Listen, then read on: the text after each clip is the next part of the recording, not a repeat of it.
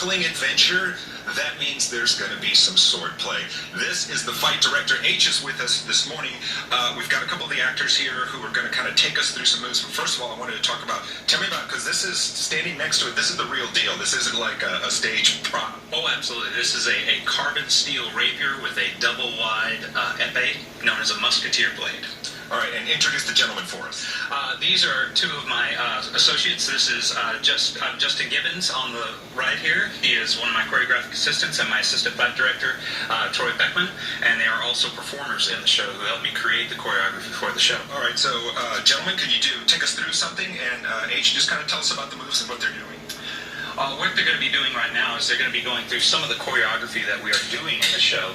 This is a scene, bit of swordplay that happens between D'Artagnan and Rochefort in the play, and what they're doing is a cutting and parrying sequence where they're going for specific targets. And with the choreography, what we try and do is tell a little bit of a story, and we want to make sure that we're adding to the storytelling and creating something that is exciting and compelling for the audience, but also tells a little bit about the characters and who they are. And so, and I'm sure you work with actors sometimes that maybe have no experience in these fight scenes. How much work goes into training someone to make this, look good for the stage and still be safe?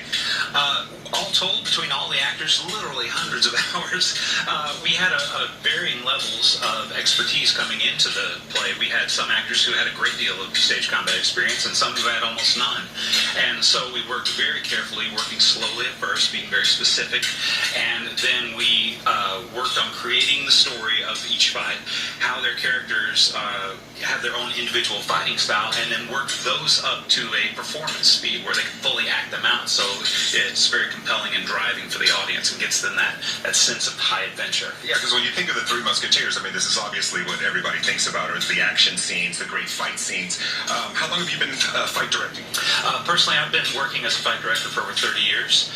We're all, the three of us are members of the Society of American Fight Directors. We're like the stuntmen's union for the stage. Any moment of violence, whether it's a big mass battle with rapiers flashing in the sun, or a simple trip over a carpet and fall down, any moment of violence that could cause an actor to become hurt, we make sure that we go in and teach them and choreograph them and have them handle it safely and effectively so they can do it 8 shows a week. Otherwise, it's Three Musketeers, one night only. Right. All right, so Three Musketeers, guys, tickets are available. Family-friendly show. It runs through the end of June. You need to come down here and check it out. And, it's a great way to beat the Texas heat. Can you show me some moves? Can we do something in the 9 o'clock hour that can kind of make me a believable swordsman? Absolutely.